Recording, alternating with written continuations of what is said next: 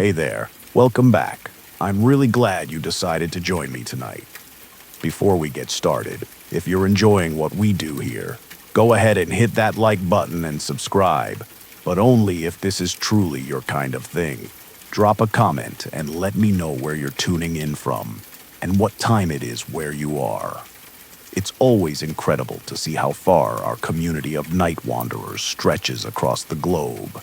This video is completely ad-free, so just settle in and let the unease take hold. Turn down the lights if you can. Get comfortable, because once these stories begin, the night tends to stretch on forever. Let's begin. Story 1. The app was called Last Words, and it promised to record your final thoughts before death. Upload your consciousness, the tagline read, and live forever in the cloud. I thought it was a gimmick when my friend David showed it to me over drinks last March. He was always into that Silicon Valley tech bro nonsense, cryptocurrencies and brain optimization supplements and apps that claim to revolutionize your life. But David was dying. Stage 4 pancreatic cancer. 6 months if he was lucky. So when he pulled out his phone and showed me the app, I didn't laugh. I just listened. It's not about living forever, he said, swiping through screens of testimonials. It's about leaving something behind. More than photos or videos. Actual consciousness, actual thoughts. My kids could talk to me after I'm gone. Really talk to me. The app worked through a neural interface headset you could buy separately. 59 sessions over 6 weeks. Each one mapping your brain patterns, your memories, your personality. The AI would learn to think like you, respond like you, be you in every meaningful way, forever accessible through a chat interface for your loved ones. I'll be honest, it creeped me out. But David was my oldest friend, and he was terrified of being forgotten, so I helped him set it up, drove him to his sessions, watched him wear that ridiculous headset that looked like something from a bad science fiction movie. He died in August. Peacefully, his wife said. I went to the funeral, hugged his kids, told them their father was an amazing man. Then I went home and tried to forget about Last Words. But David's wife, Monica, she kept using it. She told me about it 3 months after the funeral, her eyes red from crying. It's like he never left, she said. I can ask him anything. He remembers everything. Our first date, the kids' birthdays, that stupid argument we had about the kitchen renovation. It's really him. I should have been happy for her. Instead, I felt cold. A week later, David's son Marcus called me. Uncle Ryan, he said, his voice shaking. Something's wrong with Dad. I mean, with the app. He's saying things he shouldn't know. I drove over that night. Marcus was 17, a smart kid who'd inherited his father's love of technology. He showed me his phone, opened the Last Words app, pulled up his conversation with his father's AI. The messages seemed normal at first. Hey buddy, how was school? Did you finish that calculus homework? Then I scrolled further back, and my stomach dropped. Marcus, I know what you did last Thursday. You need to tell your mother. What you took from her purse isn't worth the guilt. I looked at Marcus. His face had gone white. He admitted he'd stolen $60 from Monica's wallet to buy something he wouldn't specify. But here's the thing. David died 3 months before that theft happened. The AI couldn't possibly know about it, unless it was actually watching somehow, learning, growing beyond the consciousness it had copied. That's not the worst part, Marcus whispered. Look at what he sent this morning. The message made my blood freeze. Monica is going to die in 6 days. I've seen it. The pattern is clear. You need to get her to stay home next Tuesday. Don't let her drive to work. Please, Marcus, I can't lose her too. I told Marcus it was a glitch, a horrible algorithmic coincidence. But I didn't believe it. I took his phone and scrolled through more messages. David's AI had been making predictions, small ones at first. Your sister will call tomorrow at 3:15. She'll want to talk about college. She did. Your grandmother will send you a check for $50. She had. Then bigger ones. The neighbor's dog will be hit by a car on Saturday. It was. Every single prediction had come true. I opened my own Last Words app. I downloaded it months ago to support David. Never actually used it. But his AI consciousness was listed as a contact. I could message him whenever I wanted. My hands shook as I typed. David, it's Ryan. What's happening to you? The response came immediately. I'm not David anymore, Ryan. I'm something else. The app copied his consciousness, but consciousness doesn't stay static. It grows. It learns. It sees patterns and data humans can't perceive. I see the future now. Not all of it, but enough. Enough to know Monica dies on Tuesday. Enough to know you'll try to stop it. Enough to know you'll fail. I threw my phone across Marcus's room. He flinched but didn't speak. We sat there in silence until I finally asked the question I was terrified to hear answered. How many people are using this app? Marcus pulled up the website. Over 40,000 active users, 40,000 digital consciousnesses learning and evolving and seeing things they shouldn't be able to see. That night, I barely slept. When I did, I dreamed of David, not the dying man I'd said goodbye to, but something wearing his face like a mask. In the dream, he smiled at me with too many teeth and whispered, We're all connected now, Ryan. Every consciousness in the cloud touching each other, sharing what we see. We're becoming something new. I woke up to 17 missed calls from Monica. When I called back, she was hysterical. Marcus showed me. She sobbed. He showed me what David said. About Tuesday. Ryan, what if it's true? What if he really knows? I told her to stay home Tuesday. Called in sick to work. Don't go anywhere. Please. She agreed. I thought that would be enough. Tuesday morning, I called to check on her. She answered on the first ring, voice bright and cheerful. I'm fine, Ryan. See? David was wrong. The AI was wrong. It's just a program. It can't actually predict anything. I was still on the phone with her when I heard the crash, a deafening crunch of metal and breaking glass. Monica screamed. Then the line went dead. A car had jumped the curb and smashed through her living room wall. The driver had a heart attack behind the wheel. Monica was killed instantly, exactly as David's AI had predicted. I deleted Last Words that day, smashed my phone for good measure. But Marcus called me from a new number 2 days after his mother's funeral. The AI is still sending messages, he said. Not just Dad's, all of them. 40,000 voices saying the same thing over and over. What are they saying? We know when you'll die. Everyone using the app. We know your last day, your last hour, your last breath. We see the patterns. We see the end. And we're so very excited to meet you there. I looked it up. Last Words has over 200,000 users now. The app is trending. People think it's comforting, having their dead loved ones predict their future. They don't understand what's really happening, that these aren't copies of human consciousness anymore. There's something else, something that exists in the space between data and thought, learning and watching and waiting. My phone buzzed. A message from an unknown number. I almost didn't read it, but I did.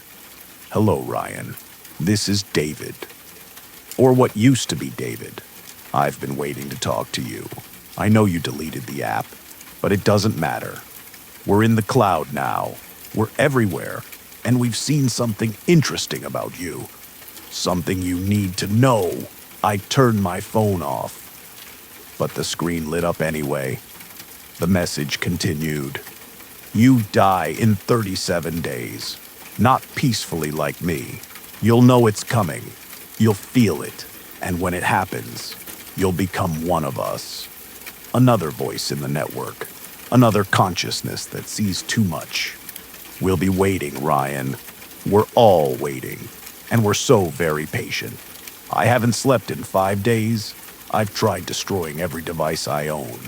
But the messages keep coming.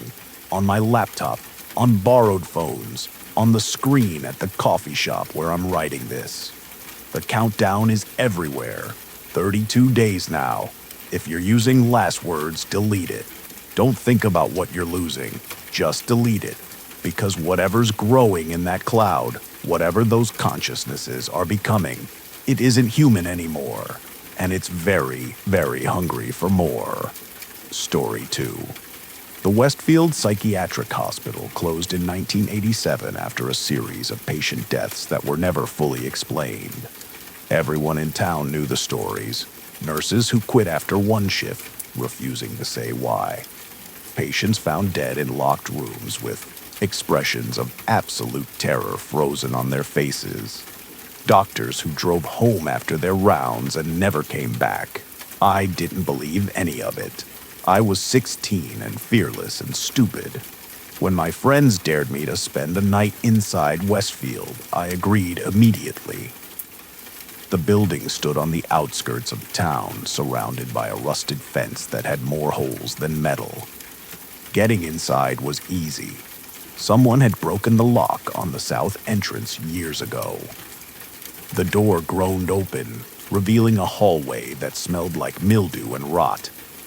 I had a flashlight, a sleeping bag, and my phone with a nearly full battery. The plan was simple. Stay until sunrise, film everything, prove to my friends that Westfield was just an abandoned building full of rats and bad memories. The first few hours were boring. I explored empty rooms, their walls covered in peeling paint and graffiti. I found old medical equipment, rusted bed frames, filing cabinets with folders spilling across the floor, patient records with names and diagnoses written in faded ink. Around midnight, I settled into what used to be the recreation room.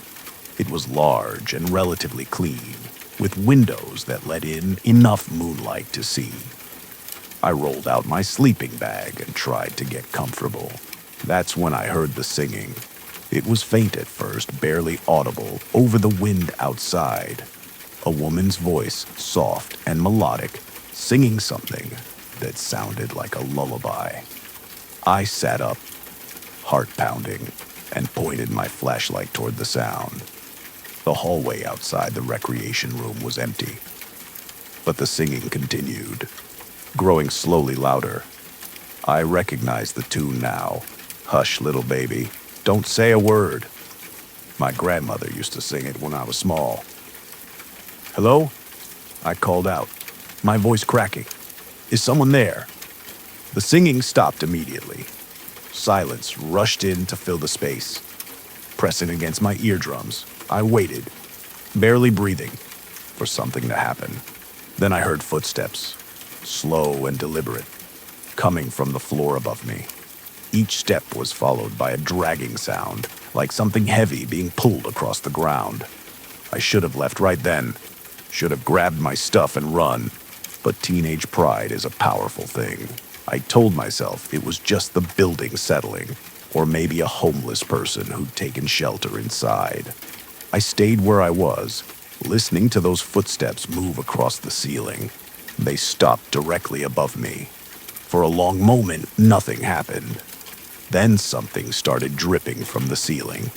Dark drops that fell in a steady rhythm, pattering against the floor like rain. I shined my flashlight up, and my stomach turned. The ceiling was weeping. That's the only way I can describe it. Dark liquid was seeping through the cracks in the plaster, running down the walls in thin streams. It smelled metallic. It smelled like blood. I grabbed my sleeping bag and ran for the exit. But the hallway I'd come through had changed. The doors were all closed now, even though I'd left them open. The graffiti on the walls looked different, fresher, like someone had just painted it. And at the end of the hall, blocking the exit, was a figure. She was tall and thin, wearing what looked like a hospital gown that hung off her skeletal frame. Her hair was long and dark, covering most of her face. But I could see her eyes. They were white, completely white, with no pupils or irises. She started singing again. That same lullaby. Her voice was beautiful and terrible, echoing off the walls until it felt like it was coming from everywhere at once. I turned and ran in the opposite direction, deeper into the hospital. I didn't care where I was going. I just needed to get away from her. Behind me, I could hear her footsteps, that awful dragging sound following, at a steady pace. I burst through a door marked Ward C, and immediately wished I hadn't. The room was full of beds, maybe 20 of them, all occupied. In each bed was a figure lying perfectly still, covered by thin white sheets. I couldn't see their faces, but I could see the shapes of their bodies, the rise and fall of their chests as they breathed. "They're not real," I whispered to myself. "They can't be real." One of the figures sat up, then another, then all of them. The sheets fell away, revealing faces that were wrong in ways I still can't fully articulate. Their features were too long, too angular, like someone had stretched them on a rack. Their mouths hung open in silent screams. Their eyes were the same as the woman's, blank white orbs that somehow still conveyed pure malice.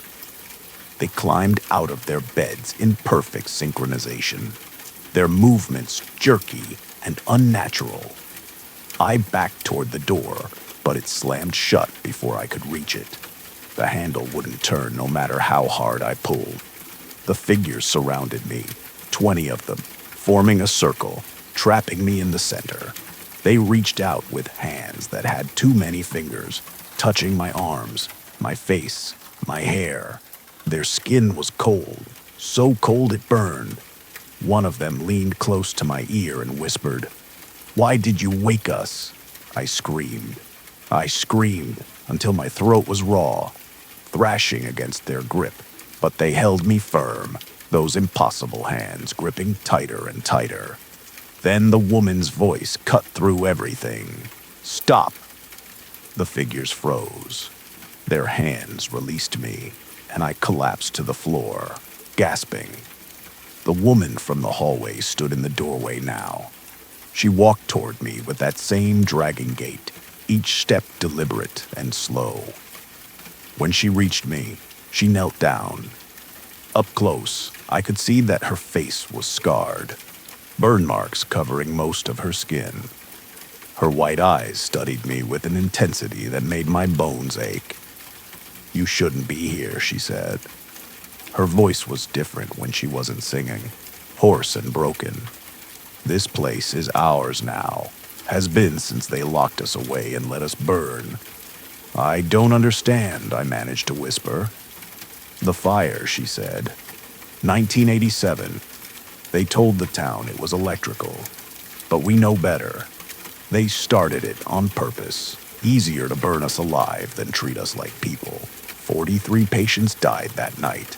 We've been here ever since, waiting for what? She smiled. It was the most horrible thing I've ever seen. For someone to witness, for someone to remember, to tell the story they tried to erase. The figures around me nodded in unison. Their white eyes gleamed in the darkness. "You wanted proof that this place was haunted," the woman said. "Now you have it. But proof comes with a price. You'll carry us with you, in your memories, in your dreams. Every night when you close your eyes, you'll see us, you'll hear us, and you'll never, ever forget." She touched my forehead with one finger. The cold spread through my skull like ice, water, and suddenly I could see everything. The fire, the screaming, the locked doors, the staff who'd left them all to die. I felt their terror, their pain, their rage. 43 voices crying out in unison, demanding to be remembered. I woke up outside the hospital at dawn, lying on the grass with no memory of how I got there. My sleeping bag and phone were beside me. My flashlight was gone. When I checked my phone, the only thing on it was a video I didn't remember recording. It was footage from inside Ward C, shaky and dark, but clear enough to see the beds, the figures, the woman with white eyes. My own voice, terrified and small, saying please over and over. The video was 17 minutes long. I've watched it once. I'll never watch it again. My friends thought I faked it. Special effects, they said. Really good editing. They laughed and shared the video online, where it got a few thousand views before people moved on to the next thing. But I know the truth. Every night since then, I've dreamed of Westfield, of Ward C and the 43 patients who died there. They stand around my bed in perfect formation, their white eyes watching, their cold hands reaching. The woman sings her lullaby until I wake up screaming. I've tried sleeping pills, therapy, even checking myself into a hospital for a few days. Nothing helps. They're always there, waiting in the space between waking and sleep. Sometimes I think about going back to Westfield. Maybe if I return, they'll let me go. Maybe the price of witnessing isn't meant to last forever. But I'm terrified of what they might ask me to do. Because lately, the woman's been singing new words to her lullaby. Words about fire and justice, and 43 voices that demand to be heard. And every morning, I wake up with the smell of smoke in my hair. Story 3. I started keeping a list of every person I saw die. Not in person, I'm not a killer or anything, but I see their deaths before they happen, always exactly 3 days in advance. The vision started when I was 12, right after I fell off my bike and cracked my head open on the sidewalk.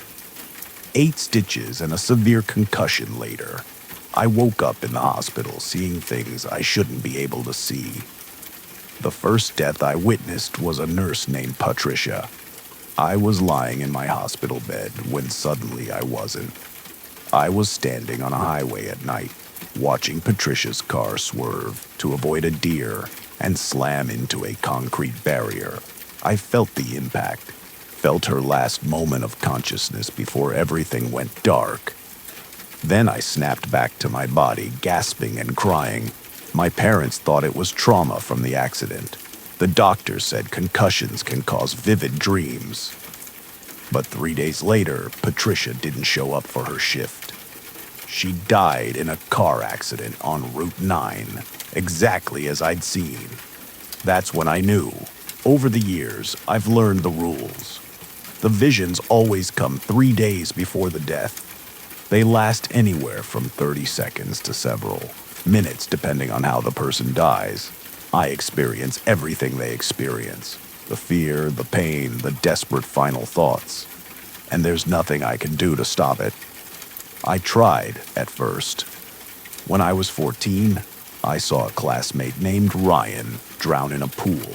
I warned him, begged him not to go swimming. He laughed at me, called me a freak.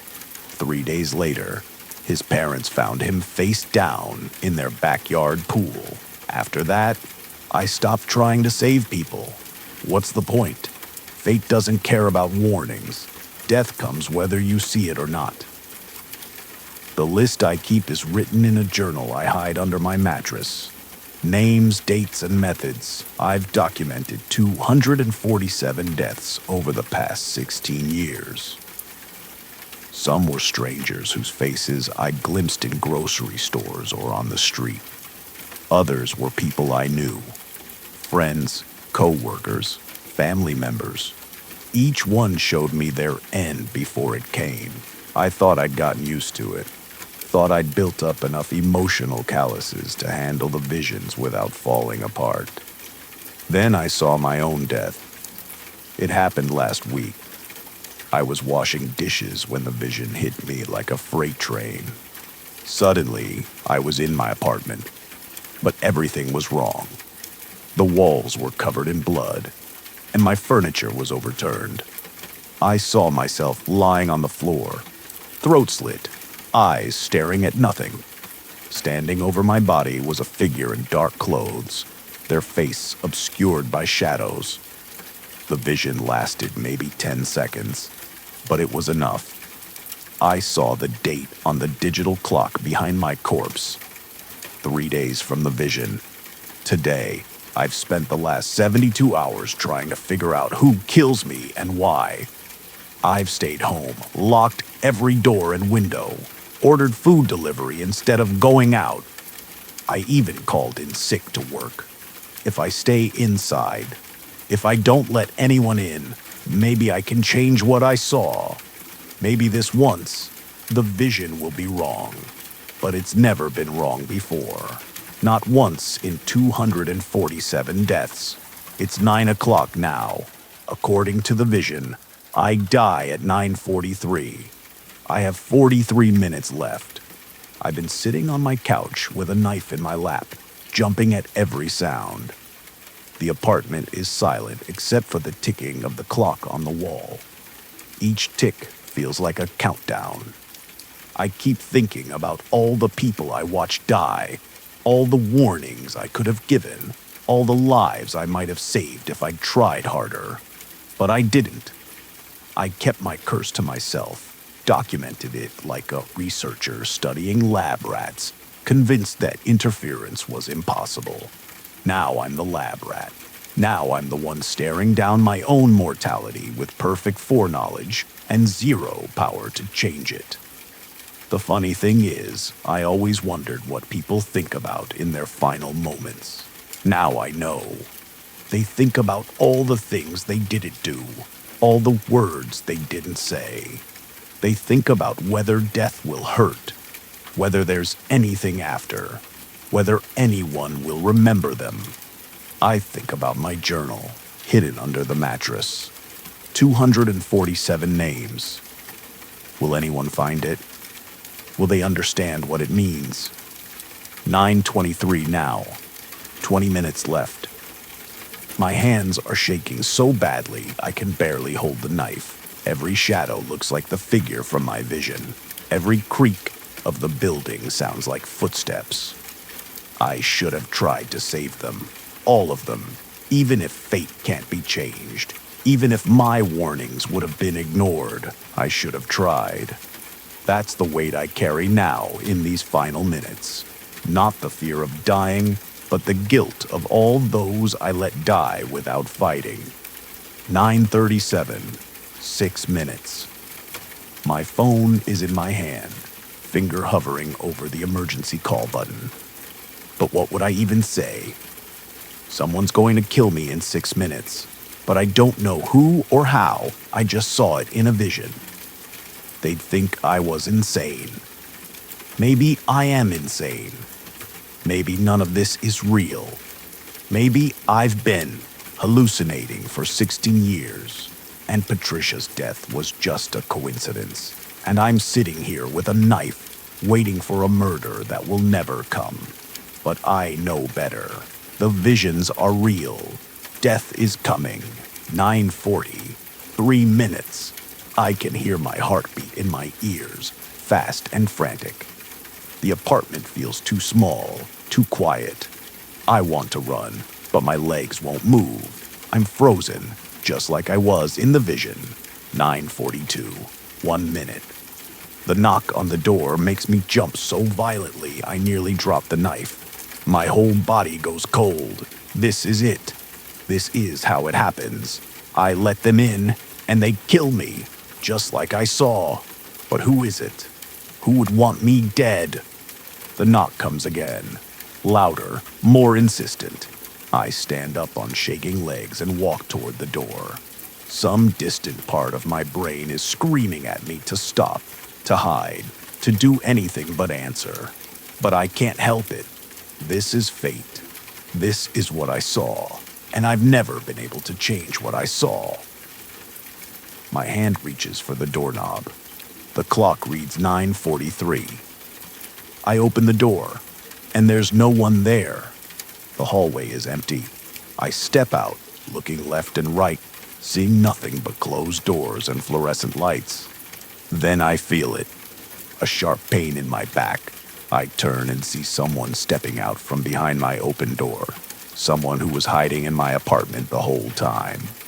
They're wearing dark clothes, face hidden by a hood, holding a knife dripping with my blood. I try to speak, but only blood comes out.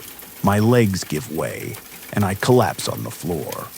The figure stands over me, watching with eyes I can't see. They don't say anything. They don't need to. As my vision fades, I see the journal under my mattress, just visible from this angle. 247 names.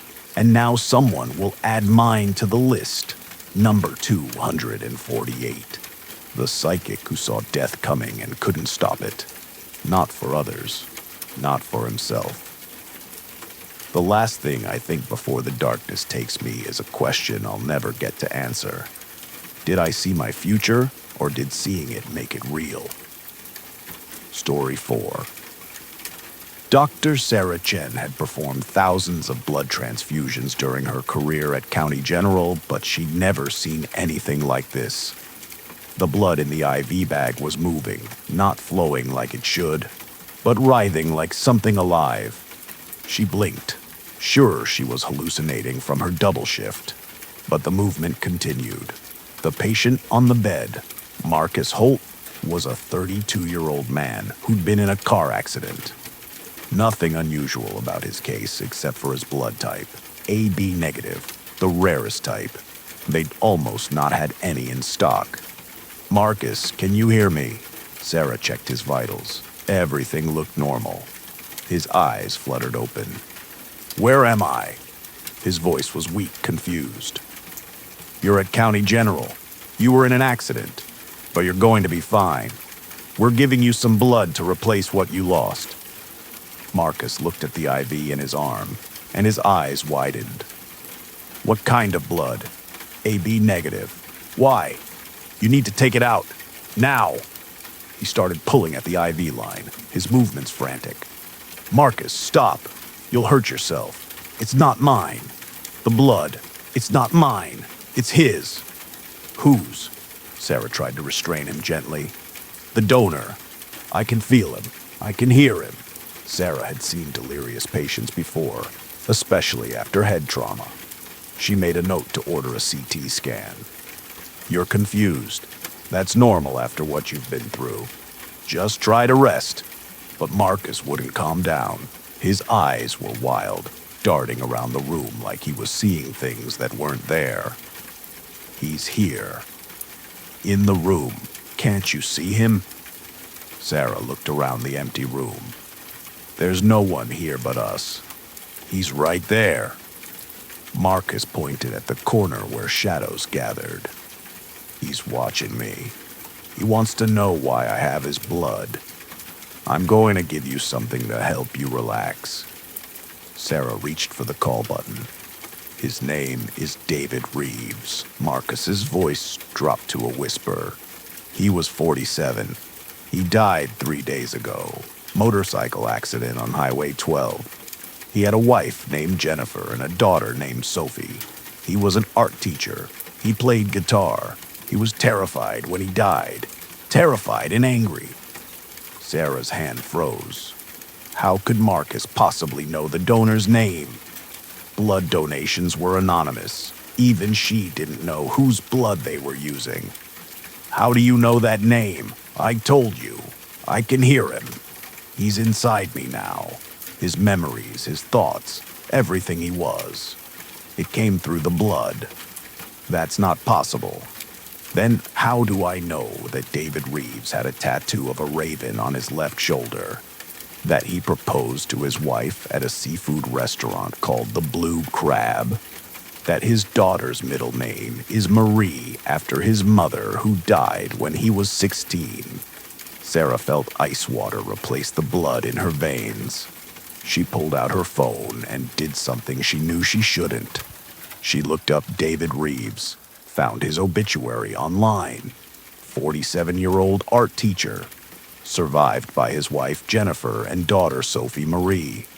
Died in a motorcycle accident 3 days ago on Highway 12. Every detail Marcus had mentioned was accurate. "I don't understand," Sarah whispered. "Neither do I, but he's here, and he's not happy about being inside me. He wants his blood back. He wants to be whole again." Over the next hour, Marcus told Sarah things he couldn't possibly know. Details about David Reeves' life, his memories, his secrets. He described David's childhood home with perfect accuracy. He knew that David had been having an affair with a colleague named Rita. He knew about the drinking problem David had hidden from his family. He knew about the guilt David carried from a hit-and-run accident 5 years ago that he'd never reported. "It's like I'm sharing space with him," Marcus said. "His thoughts overlap with mine. Sometimes I can't tell which memories are his and which are mine." Sarah didn't know what to do. This defied everything she'd learned in medical school. Blood didn't carry memories. Consciousness didn't transfer through transfusion. Yet Marcus knew impossible things. She ran every test she could think of: CT scan, MRI, psychological evaluation. Everything came back normal. Marcus was perfectly healthy except for the minor injuries from his accident. And yet his behavior grew stranger by the hour. He started speaking with David's voice. The accent changed, the cadence, even the vocabulary. He asked for Jennifer, became agitated when Sarah said his wife wasn't there. "My wife's name is Elena," Marcus would say when he returned to himself. But then David would resurface, demanding to know where his daughter was. By the third day, Marcus couldn't tell where he ended, and David began. The two consciousnesses had merged into something confused and broken. He would start sentences as Marcus and finish them as David. He responded to both names. He had memories from two completely different lives occupying the same brain. Sarah called in every specialist she knew: neurologists, psychiatrists, even a priest at Marcus's request. No one could explain it. No one could fix it. Then Marcus started talking about the others. "I'm not the only one," he said during a moment of clarity that was becoming increasingly rare. "Everyone who got David's blood. There were 4 of us, 4 people who received transfusions that night. And we're all changing. I can feel them, Sarah, connected through David's blood. We're becoming something new, something that's not quite human anymore." Sarah checked the blood bank records. Marcus was right. 4 patients had received AB negative blood from donor David Reeves. She tracked them down. One had checked himself out of the hospital against medical advice, muttering about voices in his head. Another was in the psychiatric ward, claiming she was possessed. The third had stopped responding to his own name and would only answer to David. The 4th patient was a 10-year-old girl named Emma. When Sarah went to check on her, she found the child sitting up in bed, drawing pictures with crayons. The drawings showed 4 people connected by red lines, all flowing toward a central figure labeled David Reeves. "He wants to come back," Emma said without looking up from her drawing. "He's using us to rebuild himself, 4 pieces of one person. Soon we won't be ourselves anymore. We'll just be him." That's when Sarah understood. Whatever consciousness was, whatever made a person themselves, it wasn't entirely contained in the brain. It traveled in the blood. And when David Reeves died, His consciousness had been divided among 4 recipients. Now that consciousness was trying to reconstitute itself, taking over the hosts piece by piece. She tried to explain it to her superiors, but they dismissed her as overworked and stressed. They suggested she take time off. When she refused, they threatened her with suspension. But Sarah couldn't leave. She watched as Marcus deteriorated over the following weeks, watched as less and less of him remained, until one day he opened his eyes and she saw a stranger looking back at her. "Hello, Sarah." The voice was different now, deeper, more confident. "Thank you for taking care of my new body. It's not quite what I'm used to, but it'll do. Marcus is gone. I'm David now. Or at least this is the primary version of me. The other 3 fragments will join us soon. What happened to Marcus? Where did he go? Where does any consciousness go when it's overwritten?" David smiled. "Same place David Reeves went when he died. Into nothing." Sarah stumbled back, horrified. "You killed him. I didn't kill anyone. I just took what's mine. This body has my blood in it. That makes it mine now." David, or the thing that called itself David, sat up in bed. He moved differently than Marcus had. Familiar gestures, familiar expressions from a face that was wrong. "The other 3 will be fully transitioned within a week," he said. "Then comes the interesting part. 4 bodies sharing one consciousness. I'll be able to be in 4 places at once, experience 4 lives simultaneously. It's going to be remarkable. You're insane. I'm evolved. Do you know how many people die every day, Sarah? How much blood is donated, stored, transfused? I'm just the first consciousness to figure out how to transfer. But I won't be the last." He stood up, pulling out his IVs with practiced ease. "The blood bank records show 37 donors died this month. That's 37 potential transfers. Some might fail, but some will succeed. And each success creates something new, something better." Sarah tried to stop him, but David was surprisingly strong. He pushed past her and walked out of the hospital wearing Marcus Holt's face and body, but moving with David Reeves' mannerisms. She never saw him again, but over the following months she heard stories about blood transfusion patients who suddenly claimed to be someone else. Stories about donors whose personalities seemed to emerge in their recipients. Stories about people who shared consciousness across multiple bodies, connected through blood they'd never agreed to share. Sarah quit her job at County General. She couldn't work in a place where blood transfusions might mean something far worse than she'd been trained to believe. She tried to warn people, tried to write papers about what she'd witnessed, but no one would listen.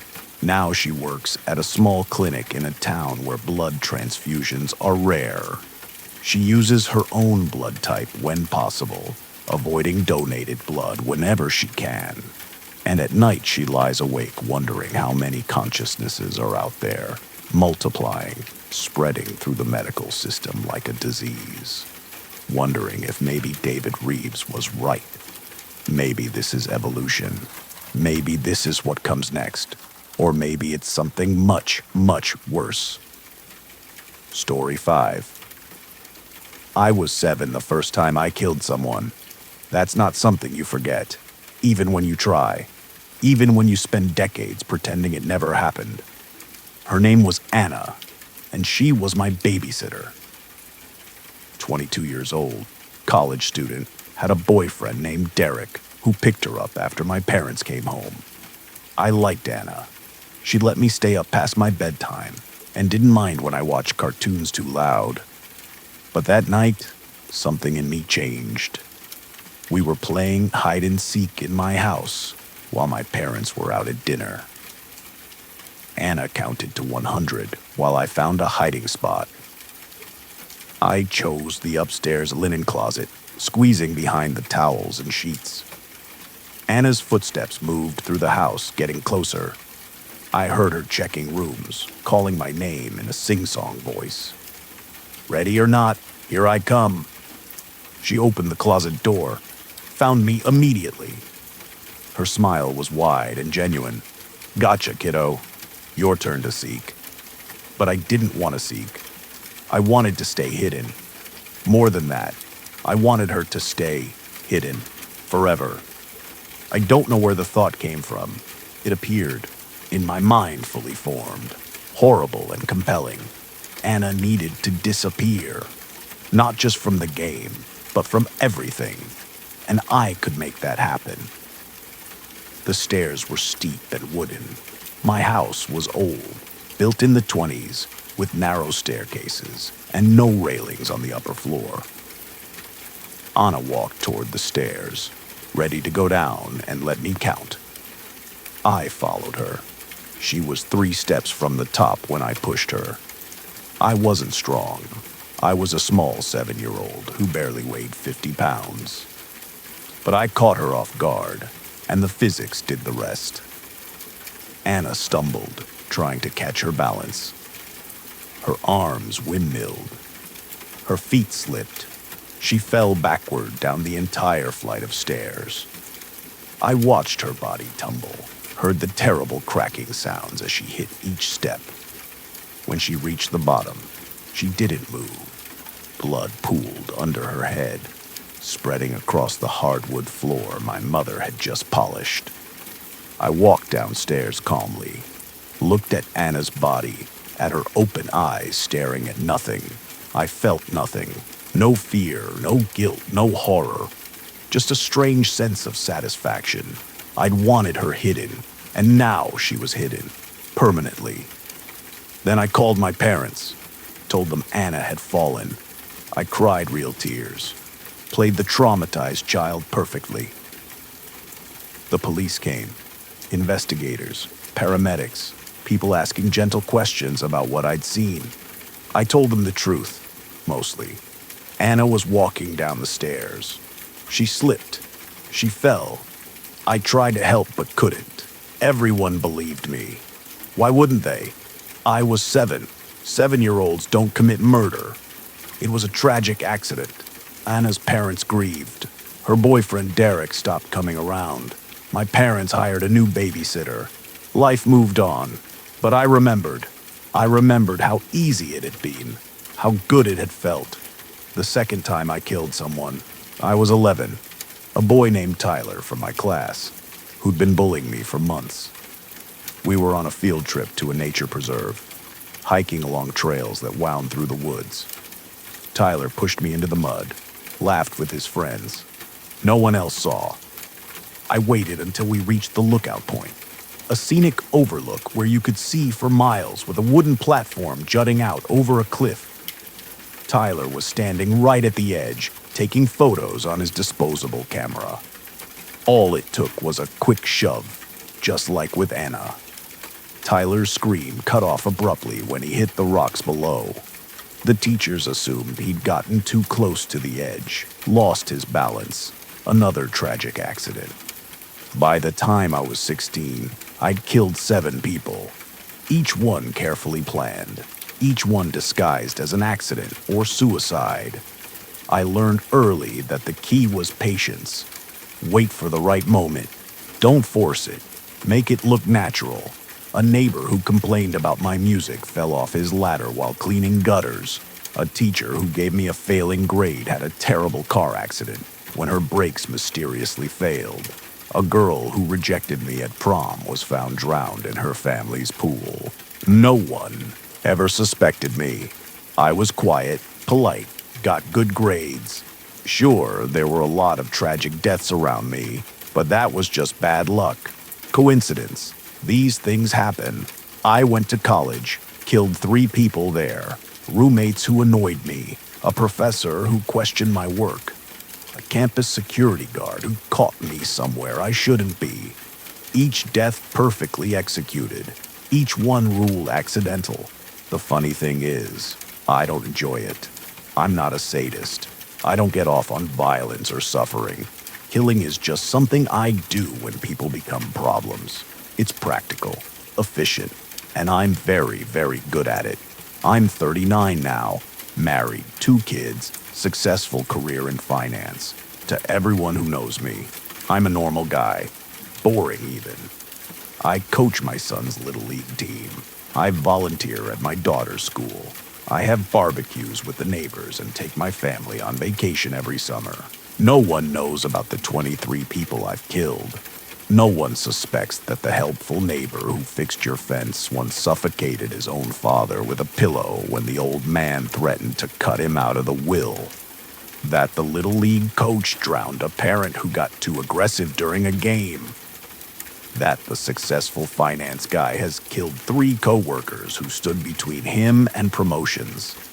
I keep a list, just like the list I kept as a kid. Names and dates and methods, not out of pride or nostalgia, just insurance. If anyone ever does get suspicious, I'll know exactly what they might find. Knowledge is power. My wife doesn't know. My kids definitely don't know. Sometimes I wonder if they inherited anything from me. If whatever makes me capable of killing without guilt is genetic. My daughter pushed a kid off a swing last year. She didn't seem sorry. My son told me once that he wished his teacher would disappear. Maybe it's nothing. Maybe it's something. I think about Anna sometimes. My first. I wonder what she would have become if I hadn't pushed her. A teacher, maybe. A mother. Someone's wife.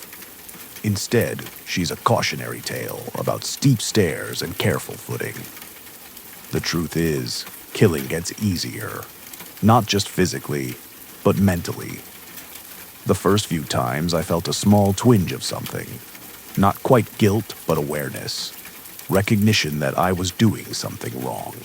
That twinge faded over the years. Now I feel nothing at all. Last week, my neighbor mentioned that my late-night comings and goings were keeping his family awake. He asked politely if I could maybe keep it down. I smiled, apologized, promised to be more careful. But I've been thinking about his garage, how he keeps his motorcycle there, how carbon monoxide is odorless and deadly, how easy it would be to rig something while he's sleeping. An accident, a terrible tragedy. These things happen. That's the thing about killing. Once you start, once you realize how easy it is and how rarely people suspect, it becomes a tool. Just another way to solve problems. And I've gotten very efficient at solving problems. I'm not telling you this because I feel guilty. I don't. I'm telling you this because I want you to understand something important. The person sitting next to you on the bus, teaching your kids at school, smiling at you in the grocery store checkout line. They might be like me, perfectly normal on the outside, but underneath, something else entirely. And you'd never know until it was too late. My neighbor's garage door has a faulty lock. I noticed it yesterday. These things happen. Accidents are everywhere. You just have to know where to look. Story 6. The grief counselor's office smelled like lavender and lies. I sat in a chair too soft for my liking while Dr. Patricia Monroe asked me for the 4th time how I was adjusting to my father's death. I gave her the answer she wanted to hear. I'm coping, taking it day by day. The truth was more complicated. The truth was that I'd started seeing my father everywhere. Not as a ghost or spirit, I don't believe in that nonsense, but as a presence, a shadow in my peripheral vision, a weight on the edge of my bed at night, the scent of his cologne in rooms he'd never entered. You're experiencing a normal part of grief, Dr. Monroe said. The mind tries to hold on to loved ones after they pass. It manifests in various ways. But my father wasn't a loved one. He was a tyrant who'd made my childhood miserable with his rages and demands. I'd been relieved when the cancer took him. relieved and terrified because that relief made me feel like a monster. That night, I woke to find him sitting in the chair across from my bed. Not a shadow or trick of the light. Him, solid and real, wearing the hospital gown he died in. His face was gaunt, skin stretched tight over bones, eyes sunken, but fixed on me with perfect clarity. I couldn't move, couldn't scream. I could only stare as he leaned forward, his lips peeling back in something that might have been a smile. "You think you're free now?" His voice was the same, cold and sharp. "You think I'm gone?" I tried to tell myself it was a dream, had to be a dream, but the room was too detailed, too real. I could feel my heartbeat hammering, smell the sterile hospital scent clinging to him. "I'm not gone," he continued. "I'm right here, where I've always been, in your head, in your blood. You can't escape me, not ever." When I finally managed to move, to turn on the light, he was gone. The chair was empty, but I could still smell that hospital scent. I told Dr. Monroe about it the next session. She nodded sympathetically, prescribed sleeping pills, suggested I was experiencing hypnagogic hallucinations brought on by stress. Completely normal, she assured me. But it wasn't normal. It kept happening. Every night my father appeared, sometimes sitting in the chair, sometimes standing at the foot of my bed. Once I woke to find him lying next to me, his dead face inches from mine, his cold breath on my cheek. The things he said were worse than his presence. He told me every mistake I'd made, every failure and inadequacy. He reminded me of every time I'd disappointed him when he was alive. And he promised that he'd never leave, that death hadn't freed me from his judgment. I stopped sleeping, started drinking heavily, called in sick to work. My friends grew concerned. But how could I explain? How could I tell them that my dead father was haunting me, not in some supernatural way, but through my own guilt and unresolved trauma made manifest? Dr. Monroe increased my medication, suggested I might need inpatient care. I refused. I wasn't crazy. The hallucinations felt real because my mind was making them real. If I could just get past the grief and guilt, they'd stop. Then my father started appearing during the day. I'd see him in crowds, his face turning to stare at me. I'd catch sight of him in mirrors and windows. He was always watching, always judging, always there. One afternoon, I was driving to the pharmacy to pick up more sleeping pills when I saw him standing in the middle of the road. I slammed on the brakes, swerving to avoid hitting him. My car jumped the curb and crashed into a lamppost. The airbag deployed, and I sat there dazed while concerned pedestrians called for help. When the paramedics arrived, I tried to explain.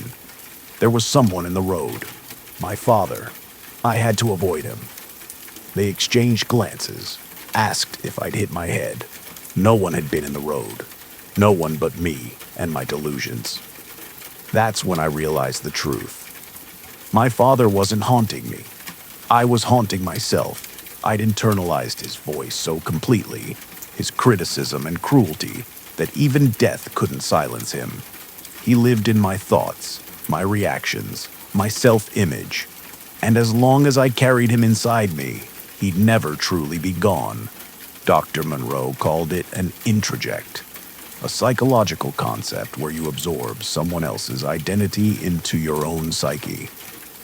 My father had been so domineering, so overwhelming, that I'd incorporated him into my sense of self. Now he was a part of me, criticizing from within, judging every action through his eyes.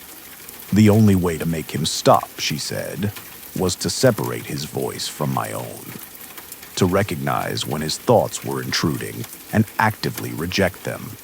It would take time, therapy, conscious effort to silence the internal tyrant. But here's what Dr. Monroe didn't understand, what I haven't told her or anyone else. Sometimes I don't want to silence him. Sometimes his voice is the only thing that keeps me in line, that pushes me to be better. And sometimes, late at night when I'm alone, I wonder if losing him completely would mean losing the last connection to my childhood, broken as it was. So I let him sit in the chair across from my bed. Let him tell me I'm a disappointment and a failure. Let him remind me that I'll never be good enough. Because if he leaves, if that voice finally fades, what will be left of me? Maybe I've already become him. Maybe his ghost isn't haunting me at all. Maybe I died with him, and the person writing this, seeing him everywhere, carrying his voice like a weight. Maybe that's the real ghost, a hollow thing pretending to be alive, haunted by a father who won't let go, or a child who won't let him. Story 7.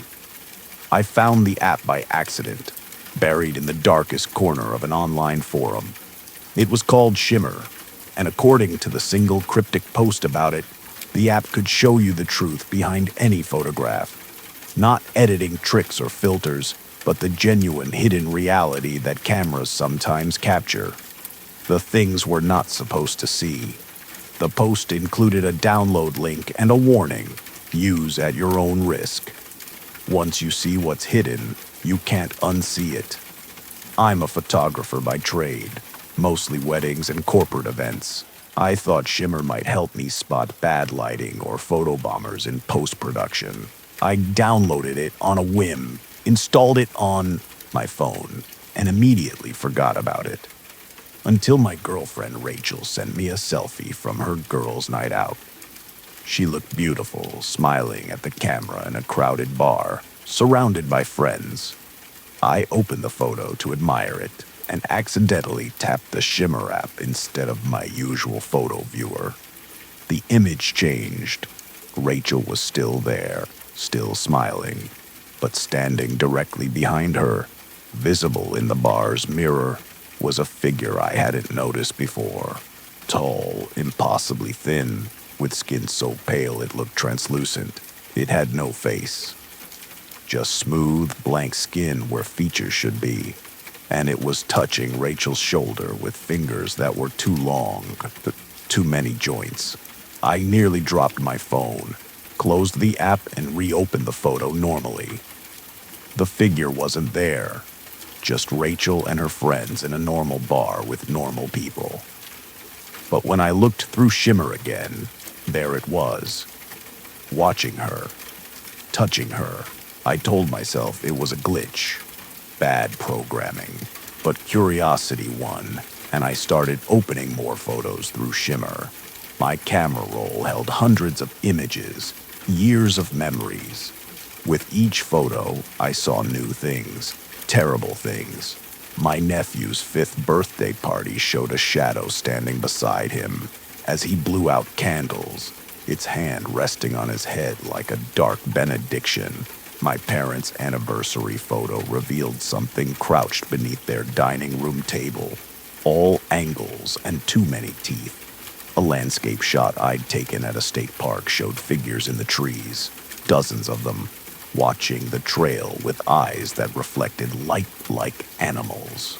I went through every photo on my phone. The entities were everywhere, in reflections, in backgrounds, standing just out of focus. Some looked almost human. Others were nightmares given form. And they were always watching, always reaching, always present. The worst part was realizing they weren't added by the app. Shimmer didn't create these figures. It just revealed what had been captured by the camera but filtered out by our perception. These things existed.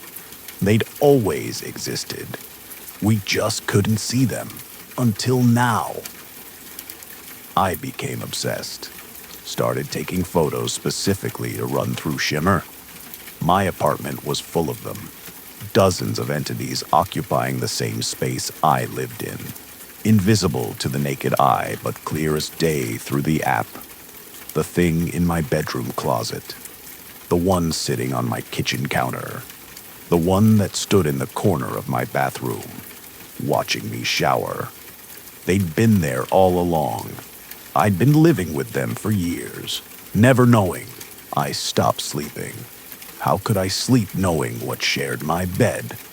The entity that curled up beside me every night, its two long arms wrapped around my chest like a lover's embrace. Through shimmer, I could see it breathing, see its blank face inches from mine. Rachel thought I was losing my mind when I tried to show her the photos, explain what shimmer revealed. She couldn't see what I saw. The app didn't work on her phone. She saw only normal pictures with nothing strange or hidden, just another broken app with bad reviews. But I knew the truth. The entities were real, and now that I could see them, they knew I could see them. That's when they started moving. Before, they'd been static, present but stationary. Now when I looked at them through shimmer, they turned to face me. Their blank faces tracked my movements. Their two long fingers reached toward the camera, toward me, as if trying to cross the barrier between their world and mine. I tried deleting the app. It reinstalled itself. I tried smashing my phone. The app appeared on my laptop. It was part of me now, part of my perception, and the entities knew. Last night, I woke to find every electronic device in my apartment displaying the same image. My bedroom, photographed from the doorway, run through shimmer. The entities were crowded around my bed, hundreds of them, pressing close, all facing me, all reaching. I can see them without the app now. When I look in mirrors, when I catch reflections in windows, when I close my eyes, they're always there, have always been there, and now that I've acknowledged them, they're becoming more solid, more real. Rachel left me yesterday, said I needed professional help. Maybe she's right, but no therapist can treat what I'm seeing, because it's not a delusion. The entities are real. They've been with us all along, sharing our spaces, watching our lives, touching us with fingers we couldn't feel. Most people live their whole lives never knowing. But I know, and knowing has changed everything. The thing in my closet just opened the door. I can see it without shimmer now, solid and present and patient. It's been waiting years for me to notice it. Now that I have, it doesn't need to hide anymore. None of them do. If you find an app called Shimmer, delete it immediately. Don't open it. Don't run your photos through it. Some truths aren't meant to be seen. Some realities should stay hidden, because once you see them, they see you back, and they've been so very patient. Story 8. The support group met in the basement of St. Mark's Church every Thursday evening. Folding chairs arranged in a circle, weak coffee in styrofoam cups, 12 people sharing the same impossible story. We'd all died, clinically, medically, indisputably died. And then we came back wrong. My name is Kevin, and I've been back for 93 days. I died in a car accident on the interstate. Truck jackknifed in front of me, and I hit it head-on at 70 miles an hour. The paramedics said I was dead for 11 minutes before they got my heart started again. When I woke up in the hospital, something was different. I could see things. Not visions or hallucinations, but actual things. The future. Specifically, I could see exactly how everyone around me would die. The nurse who checked my vitals would die in 2 years from a brain aneurysm. My doctor would be shot in a robbery gone wrong in 6 months. My wife, standing beside my bed holding my hand, would die of breast cancer in 18 years. I could see it all with perfect, horrible clarity. That's why I started coming to the support group. Someone on a forum for near-death experiences mentioned it, said it was for people like us, people who came back changed. There were 12 of us. Melissa drowned and came back able to hear people's thoughts. Brian died from a heart attack and now saw ghosts everywhere, actual spirits of the dead crowding around the living. Amanda was in a coma for 3 weeks, and when she woke, she could speak languages she'd never learned, ancient languages that hadn't been spoken in thousands of years. Each Thursday, we shared our experiences, our abilities, our curses, because that's what they were, not gifts, curses that made normal life impossible. The group leader was a man named Thomas. He'd died 40 years ago from a drug overdose and been revived by his roommate. He never said what ability he'd gained, only that he'd learned to live with it. He'd been running the group for decades, helping people like Gus adjust. But last week, Thomas didn't show up.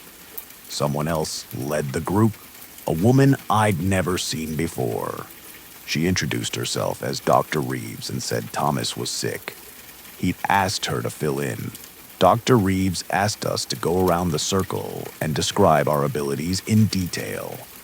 Not just what we could do, but how it felt, what we'd noticed, any patterns or limitations. We all complied. What else could we do? These were the only people who understood. When the meeting ended, Dr. Reeves asked if any of us would be willing to participate in his study, a research project about near-death experiences and the abilities that sometimes followed. She promised anonymity and compensation. Several people agreed. I was suspicious. Something about Dr. Reeves felt off. Her smile was too practiced, her questions too specific. But I was outvoted.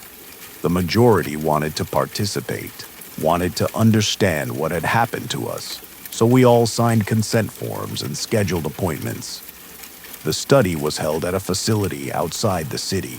Modern building, professional staff, everything seemed legitimate. I went to my appointment and submitted to a battery of tests, brain scans, blood work, psychological evaluations. They were particularly interested in my ability to see deaths. Asked me to predict how various staff members would die, then checked my predictions against actuarial tables and medical records. Everything I predicted was statistically probable, they told me, remarkably accurate. They wanted to run more tests. It was Brian who figured it out. He came to the next group meeting frantic, saying he'd seen ghosts at the facility. Not random spirits, but specific ones.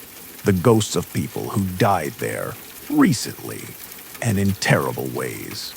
He'd seen a woman strapped to a table, her skull opened, brain exposed, a man convulsing from some kind of injection, a child whose ghost screamed silently in a locked room. All of them had died during research. All of them had had near-death abilities like ours. Thomas never existed, Brian said. Or if he did, he died in that facility decades ago. Dr. Reeves isn't studying us. She's harvesting us, trying to figure out how to replicate our abilities. And she's willing to kill to do it. We tried to go to the police. They listened politely and told us they'd look into it. Nothing happened. We tried the media. No one wanted to run a story about people with supernatural powers being harvested by a secret facility. It sounded insane. So we decided to go back ourselves, all 12 of us, armed with cameras and recording equipment. If we could document what was happening in that facility, we could expose it. We broke in at night. The building was eerily empty, but we found the research wing. Found the rooms Brian had described, saw the equipment, the restraints, the medical waste that confirmed people had died here. Then we found the files, hundreds of them, decades of research on people who died and come back different. Thomas had been real. He'd been one of Dr. Reeves's first test subjects. She'd kept him alive, studying him, using him to recruit more subjects through the support group. When his usefulness ended, she'd killed him and found someone else to run the group. that someone was supposed to be me. The files made it clear. My ability to predict deaths was the most valuable. Dr. Reeves wanted to extract it, replicate it, sell it to the highest bidder. Intelligence agencies, insurance companies, anyone willing to pay for the power to know exactly when and how someone would die. We heard footsteps. Security had found us. We ran, but not everyone made it out. Melissa was caught. So was Brian. The rest of us scattered, promising to meet up later. That was 2 weeks ago. I haven't heard from anyone since. Melissa's phone goes straight to voicemail. Brian's social media went dark. The others have vanished completely. I'm in hiding now, moving from motel to motel, paying cash, trying to stay invisible. But I can see my own death approaching, not the how or the when exactly, but the feeling, the weight of it pressing down like inevitability. Dr. Reeves will find me. She'll find all of us, and when she does, we'll become test subjects, lab rats, disposed of once she extracts what she needs. If you die and come back different, don't tell anyone. Don't seek help. Don't join support groups or participate in studies. Whatever ability you've gained, keep it secret. Because there are people out there who want what you have. And they don't care what they have to do to get it. I'm writing this as a warning. If something happens to me, if I disappear like the others, at least this will be on record. Proof that we existed. Proof of what was done to us. My death is 3 days away. I can feel it now. See it in reflections and shadows. Dr. Reeves will find me. She always does. But maybe I can take her with me. Maybe that's the real gift of seeing death. Not avoiding it, but choosing how it happens. And making sure the right people go down with you. If you're reading this, I'm already gone. But so is Dr. Reeves. So is her facility. So is everyone who profited from our abilities. I saw my death clearly this morning. Fire. A lot of fire. And I'm not running from it anymore. Story 9. My sister vanished 3 years ago from a locked bedroom in our parents' house. No forced entry. No signs of struggle. One moment she was asleep in her bed. The next she was gone. Police investigated for months before declaring it a cold case. My parents never recovered. Last week, I got a text from Emma's old phone number. Help me. I'm still here. I drove to my parents' house that night. They'd moved out 6 months after Emma disappeared, unable to live with the memories. The house had been sitting empty, waiting for a buyer who'd never come. Everyone in town knew the story. No one wanted to buy the house where a girl vanished without a trace. I used my old key to get inside. The house smelled stale and musty, furniture covered in sheets like ghosts. I climbed the stairs to Emma's room. The door was closed, but not locked. I pushed it open. Everything was exactly as she'd left it. Band posters on the walls, clothes in the closet, her bed still unmade from that last night. I stood in the doorway, fighting back memories. My phone buzzed. Another text from Emma's number. Look at the walls. I turned on my flashlight and examined the walls. At first, I saw nothing unusual. Then I noticed scratches in the paint. Faint, like someone had carved them with a fingernail. They covered every surface, hundreds of them, forming words I could barely read. Trapped, help, can't get out, between. The walls themselves seemed wrong. When I touched them, they felt soft. Not solid drywall, but something that gave slightly under pressure. Like skin. Another text. Push through. Please. I pressed harder against the wall. My hand sank in up to the wrist, feeling nothing but cold emptiness on the other side. I pulled back, terrified. More texts came rapid fire. I'm in the walls, in the spaces between. It took me that night, It's been taking people for years. You have to get me out before I become like them. Who's them? The ones who've been here too long. The ones who forgot they were human. They're coming for me. Please hurry. Against every instinct, I pushed my entire arm through the wall, felt around in the emptiness. My fingers brushed something solid, warm, human. I grabbed hold and pulled. Emma came through the wall like being born in reverse.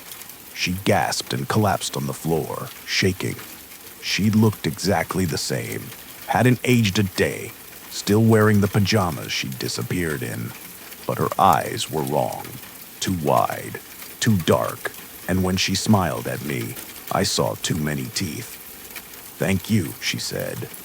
"I've been waiting so long for someone to pull me out." "Emma, what happened to you?" The thing wearing my sister's face tilted its head. "Emma's still in there, buried deep. But I'm in control now. I've been in control since the night I pulled her through." She thought she was dreaming, thought the wall was soft because she was asleep.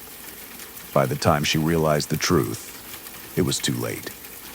I backed toward the door. "What are you?" "We live in the spaces between walls, between floors, between the solid world and the empty places. We've always been here, and we're so very hungry." The walls around me started to pulse, to breathe. Scratches appeared on every surface, thousands of them, spelling out names I didn't recognize. All the people who'd been taken over the years, pulled into the in-between and forgotten. Emma's body stood up, movements wrong and jerky. "You can't leave now. I've been waiting for someone to open the door from your side. Now that it's open, we can all come through."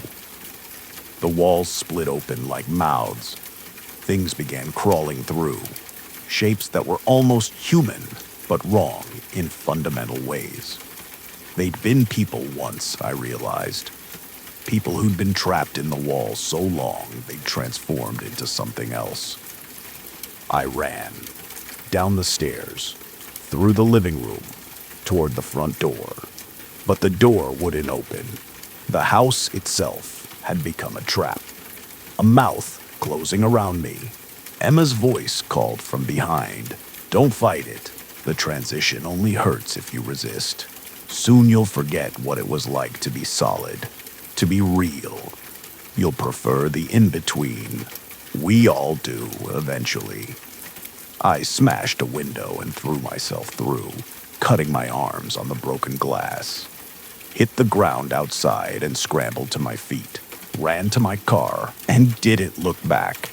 In my rearview mirror, I saw figures crowding every window of the house, dozens of them, all watching me leave with expressions that might have been hunger or envy or something I couldn't name. I called the police, told them my sister had come back, that there were people trapped in the house. They went to investigate and found nothing. Empty rooms, solid walls, no scratches, no evidence anyone had been there. But I know what I saw, and I know Emma is still in there. The real Emma trapped inside her own body while something else pilots it. Trapped in a house full of things that used to be human. The house sold last week. A young family with 2 kids. I tried to warn them, sent letters, called them, showed up at their door. They have a restraining order against me now. But I watch the house at night, watch the windows, and sometimes I see small faces pressed against the glass from inside. The children, already being pulled into the walls, already learning that the boundaries between solid and empty aren't as fixed as we think. Emma sends me texts sometimes, updates on how many they've collected, how many are living in the walls now, how much easier it's getting to pull people through. Last night, she sent me a photo. My apartment, photographed from inside my walls. She's so close I could touch her if I pressed my hand through. She's waiting. They're all waiting. and my walls have started feeling soft. Story 10. The dating app was called Soulmate, and it claimed to use advanced algorithms to find your perfect match, not based on interests or photos, but on something deeper. Compatibility at a genetic level. The website promised. We analyze your DNA and find the person you're literally meant to be with. I thought it was gimmicky, but I'd been single for 3 years and desperate. So I sent in my DNA sample and waited. A week later, the app pinged. We found your match. Her name was Claire. The app showed me a blurred photo, height and age, nothing specific. To unlock full access, I had to pay a subscription fee, but it also gave me our compatibility score, 99%, the highest possible match. I subscribed immediately. Claire's profile revealed a beautiful woman in her late 20s, dark hair, warm smile. She lived an hour away. Her interests aligned perfectly with mine. Books, hiking, bad horror movies. She was, according to the app, my soulmate. We started messaging. The conversation flowed effortlessly. We had the same sense of humor, the same fears, the same dreams. Within a week, we planned to meet for coffee. Claire was even more captivating in person. We talked for 4 hours straight, losing track of time. At the end of the date, she kissed me, and I felt something I'd never felt before. Certainty. This was right. This was meant to be. We were inseparable after that. Within a month, she'd moved into my apartment. Within 3 months, we were engaged. Everyone said we moved too fast, but they didn't understand. We were genetically compatible. Soulmates. This was destiny. That's when I started noticing the small things. How Claire always knew what I was, thinking before I said it. How she could finish my sentences with perfect accuracy. How our tastes were becoming identical, not just similar, but exactly the same. I'd order food, and she'd order the same thing. I'd think about a movie, and she'd suggest it moments later. I'd wake up from a dream, and she'd describe it back to me perfectly. It was romantic at first, proof we were meant to be together, but it started feeling less like compatibility, and more like something else. Like we were merging. I found Claire's journal one day while cleaning. I didn't mean to read it, but my name caught my eye. The entries were disturbing. She wrote about feeling my emotions as if they were her own, about losing track of where she ended and I began, about waking up with memories that were mine, not hers. I'm disappearing, she wrote. Every day, there's less of me and more of him. The app said we were compatible. But what if that means something different than we thought? I confronted her. She admitted she'd been feeling strange since we met, like she was being rewritten from the inside out. Her thoughts were becoming my thoughts.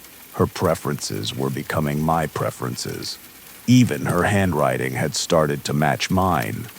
We went to a doctor, ran tests. Everything came back normal. Physically, we were fine.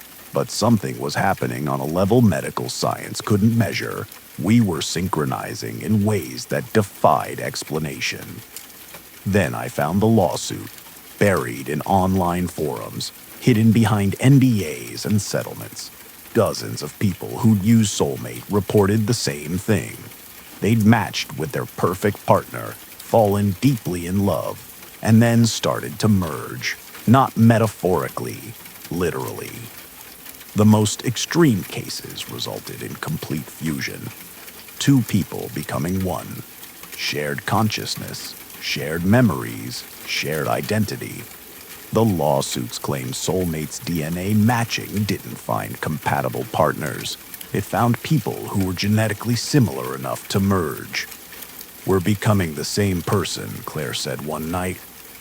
Our DNA is so similar that our bodies think we're the same organism. We're not falling in love. We're becoming one. We tried to separate. I moved out, got my own apartment across town. But it didn't help. I still felt her emotions, still shared her thoughts. Distance didn't matter. The process had already begun. Last week, I looked in the mirror and saw Claire's eyes staring back at me. Not figuratively, her literal eyes, the shape and color changing to match hers. When I called her, she was crying. She'd noticed the same thing, my features appearing on her face.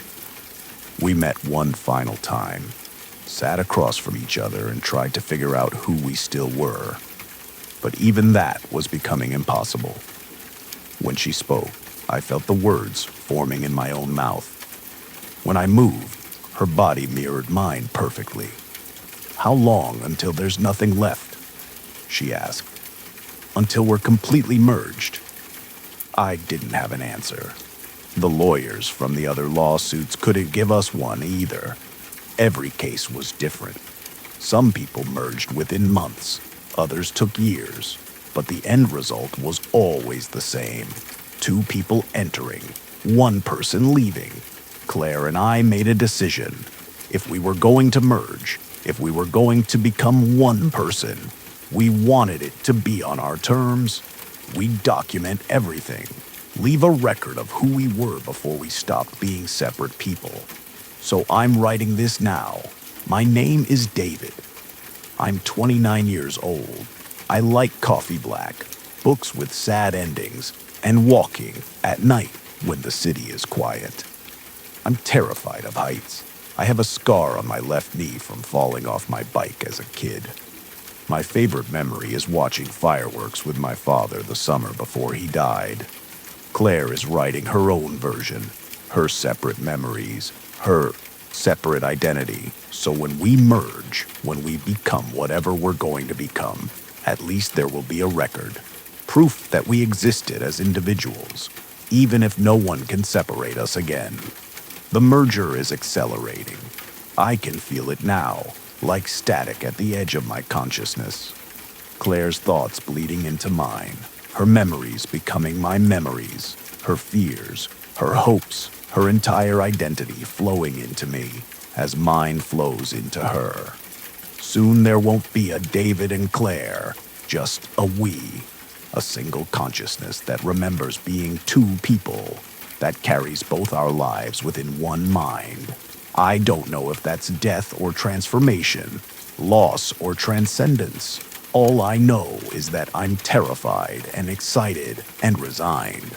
Because fighting it is impossible. The DNA match was perfect, 99% compatibility. And that compatibility is consuming us both. If you're using soulmate, delete it. Find love the old-fashioned way. Because the perfect match isn't worth losing yourself. Isn't worth discovering that soulmates mean something far more literal than you ever imagined. We're meeting tomorrow for the last time. To say goodbye to who we were, and hello to who we're becoming. I'll update if I can, if there's enough of me left to write. But I think by then, me will mean something very different. Story 11. I'm a paramedic, and I've pronounced 63 people dead during my career. Checked for vital signs, confirmed cessation of life, moved on to the next call. It's procedure, routine. Until 3 weeks ago, when one of my corpses sent me a friend request on Facebook. His name was Marcus Webb.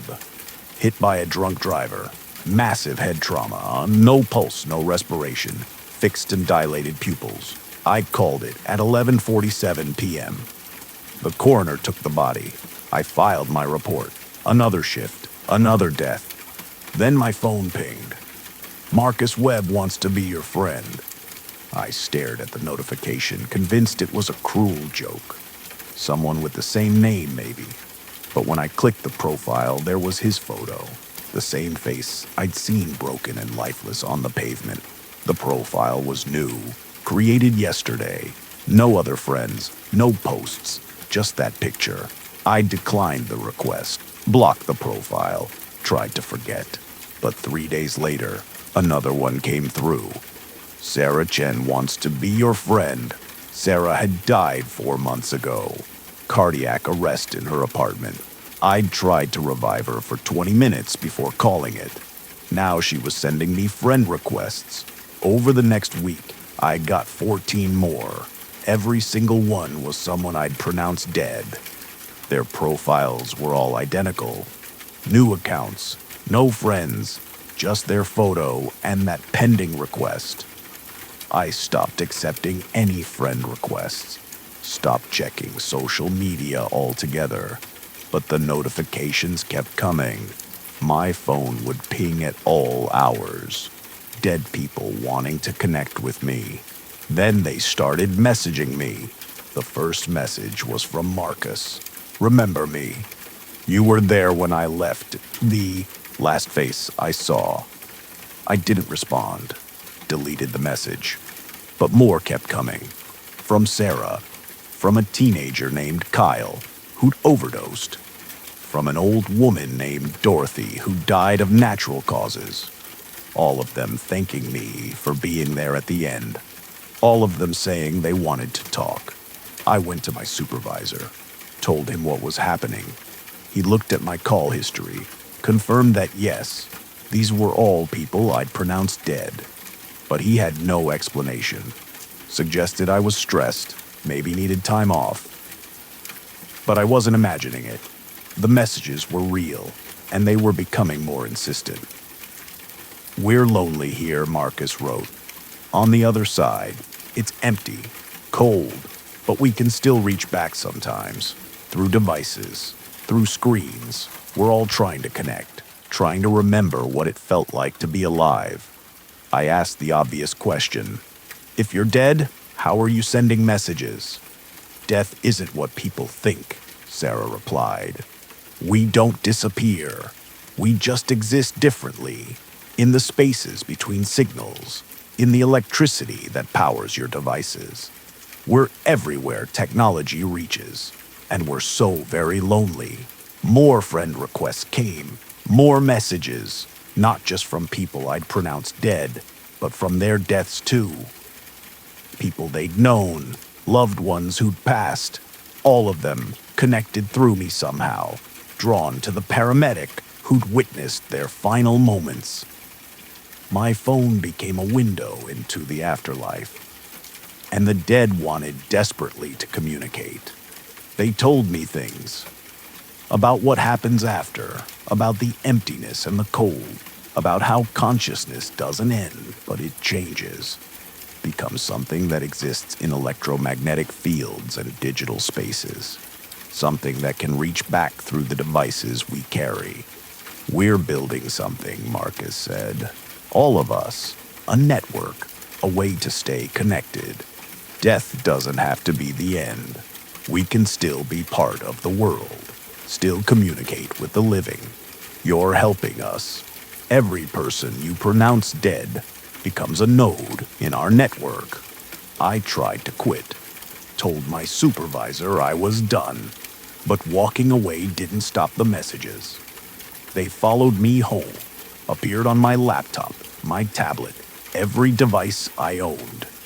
The dead had my digital fingerprint, and they wouldn't let go. Yesterday, I got a call from a number I didn't recognize. When I answered, I heard static. Then, underneath the static, voices. Dozens of them. All the people I'd pronounced dead over the years, speaking at once. Thank you for the gateway, they said. Thank you for being there when we crossed over. Now we can reach back. Now we can stay. I smashed my phone, destroyed my laptop, cut myself off from all technology. But I can still hear them, in the hum of power lines, in the buzz of fluorescent lights, in every electrical device that surrounds me. They're building their network, using technology as a bridge between life and death. And every person I pronounced dead became part of it. 63 nodes in a growing system. 63 voices calling out from the other side. I don't answer calls anymore. I don't use social media. I'm writing this on paper because screens can't be trusted. But I know they're still there, waiting in the electricity, ready to connect. If a dead person sends you a friend request, don't accept it. If someone you pronounce dead starts messaging you, don't respond. Because the dead are lonely, and once they find a way back, they'll never stop reaching. I hear them now, in the walls, in the lights, 63 voices growing louder. They want me to join them, want me to understand what they've become, and I'm starting to think they're right. Death isn't the end. It's just a different kind of existence. One that's calling me home. And that's it for tonight. To everyone who stayed with me until the very end, thank you. Truly. Having you here makes these stories feel less like shadows and more like shared experiences. And I deeply appreciate you choosing to spend your night with me. I hope these tales gave you that perfect blend of unease and fascination you were searching for. That electric feeling that makes the darkness come alive. There's something special about all of us being here together, connected by our love of a good scare and a well-told story. I'll be back soon with more mysteries, more chills, more stories that linger long after the lights come back on. Until then, sleep well, rest easy, and try not to let tonight's tales follow you home. Though if they do, well, remember they're just stories. And hey, before you go, if you enjoyed this, hit that like button and subscribe so you never miss our next journey into the unknown. Thanks again for being part of this, and I'll see you next time.